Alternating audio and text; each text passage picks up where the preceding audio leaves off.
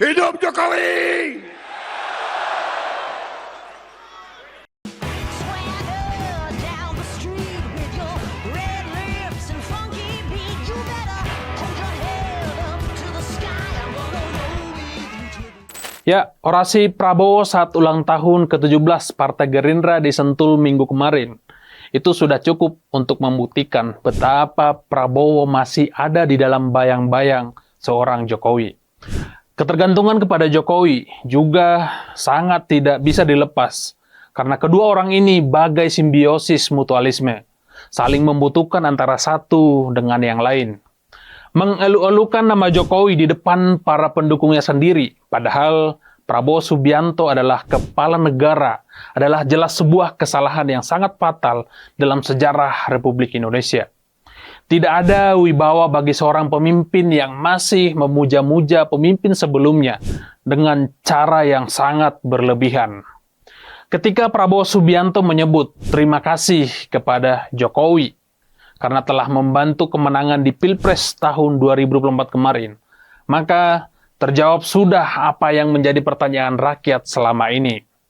Selama ini, Jokowi tidak pernah mengakui cawe-cawe dengan Prabowo Subianto, juga dengan Mahkamah Konstitusi yang mengatakan bahwa cawe-cawe tersebut tidak terbukti sama sekali. Tetapi, lewat pidato yang layaknya peluru tidak terkendali, Prabowo malah membuka aib yang telah mereka jaga selama ini. Ya, tak perlu memaksa Jokowi untuk buka mulut, juga tidak perlu memaksa Prabowo untuk jujur. Cukup dengan berikan satu podium saja untuk Prabowo, maka semua rahasia koalisi akan terbongkar di sana. Di sana pula watak semua anggota koalisinya dibuka oleh seorang Prabowo. Maka tidak salah, banyak yang menyebut Prabowo sebagai Perdana Menteri, dan Jokowi lah raja yang sebenarnya. Prabowo seolah hanya sebagai orator atau bintang tamu dalam forum besar, dan penguasa sesungguhnya adalah seorang Jokowi. Dan hasilnya, lihat saja. Ketika situasi kabinet sedang dalam kondisi yang sembraut, Prabowo hanya mengganti satu menteri saja. Menteri Pendidikan Tinggi, Sains dan Teknologi, Satrio Sumantri Brojonegoro, yang pada akhirnya digantikan dengan menteri baru bernama Brian Yuliarto. Ya, bukan Bahlil dengan kasus gas LPG 3 kg-nya. Bukan pula Budi Ari dengan dugaan judi online. Bukan Pratikno yang lebih banyak sowan ke Jokowi ketimbang sowan ke Prabowo. Atau setidaknya bukan Natalius Pigai yang mengaku memiliki 3 pacar dibandingkan dengan membahas visi dan misinya sebagai Menteri Hukum dan Hak Asasi Manusia. Wacana evaluasi yang selama ini digembor-gemborkan hanya sekedar gertak sambal atau lip service, agar seolah-olah terlihat seperti macan Asia di depan rakyat. Nyatanya hanya sekedar menjadi macan ompong.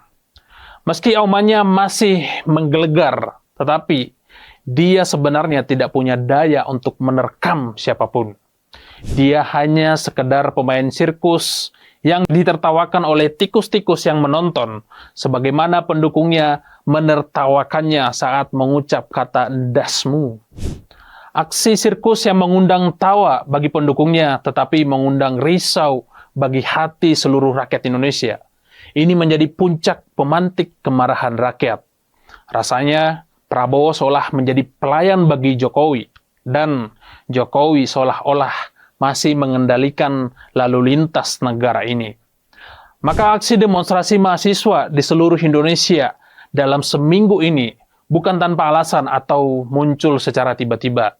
Aksi ini muncul karena gelombang-gelombang kemarahan rakyat yang tidak dapat ditahan lagi hanya di dalam ide atau gagasan saja. Baru 4 bulan pemerintahan Prabowo Gibran, rasanya lebih banyak kontroversinya dibanding dengan program atau wacana yang membuat rakyat senang.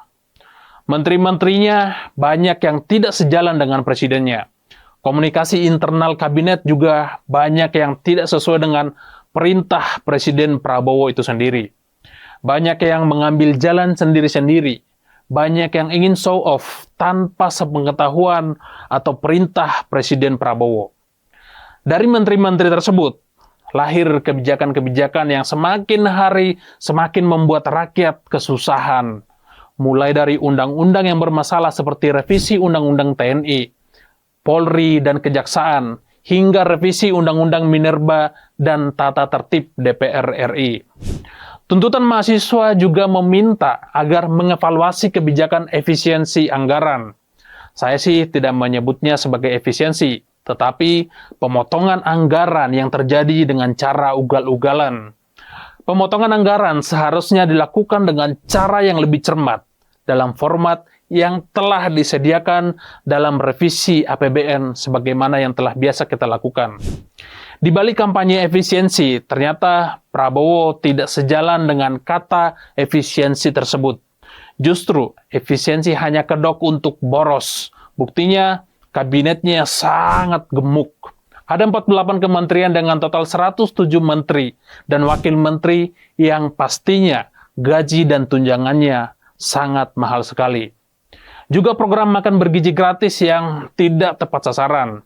Prabowo dan Gibran serta kabinet-kabinetnya lebih banyak fokus di daerah Jakarta saja. Padahal anak-anak Jakarta sebenarnya tidak butuh-butuh amat dengan makan bergizi gratis ini. Belum terhitung sejumlah problematikanya, seperti siswa yang keracunan akibat makanannya sudah basi. Ada temuan makanan juga sudah berulat dan tidak layak makan. Juga temuan soal vendor yang belum dibayar oleh pemerintah. Proyek yang terlihat sederhana malah terlihat menjadi malapetaka bagi Indonesia. Anggaran yang luar biasa besar ternyata hanya menghadirkan masalah yang baru, bukannya menjadi solusi atas masalah yang sebenarnya tidak terlalu penting. Ada juga tunjangan kinerja dosen dan guru yang ternyata sudah bertahun-tahun tidak dibayarkan oleh negara kepada mereka. Padahal dengan beban kerja dan tuntutan yang sangat berat, mereka harus rela untuk mengorbankan materi.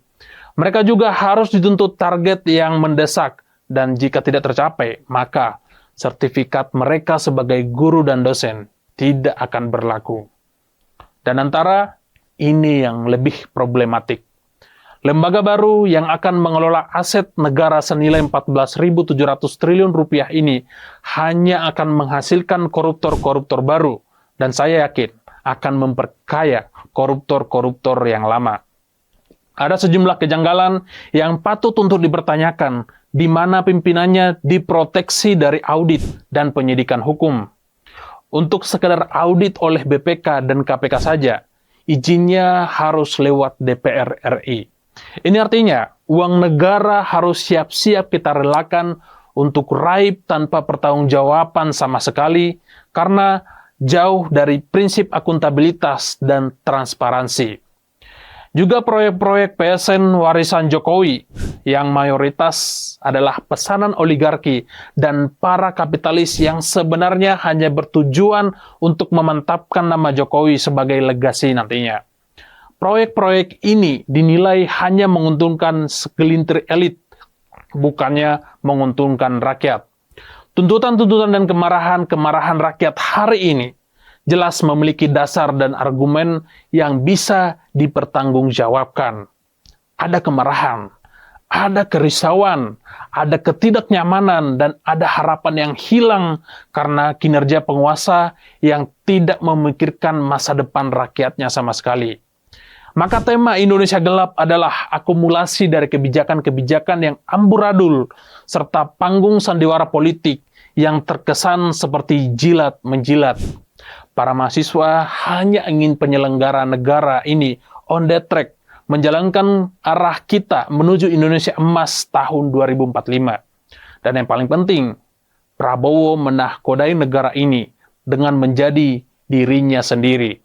Tidak di bawah bayang-bayang orang lain yang bernama Jokowi, tidak perlu menghadirkan matahari satu lagi di sampingnya. Walau bagi saya agak sulit untuk mewujudkan hal itu, tetapi saya percaya tidak ada koalisi yang benar-benar permanen. Tidak ada orang yang terjatuh karena hinaan dan kritik, tapi karena pujianlah orang bisa terjatuh. Indonesia sudah teramat gelap. Jangan makin gelap gulita lagi di bawah bayang-bayang seorang Jokowi. Buktikan macan Asia itu benar-benar ada, bukan seperti macan sirkus yang hanya jadi tertawaan bagi raja palsu dan pasukan-pasukannya. Saya John Sitorus, Insight.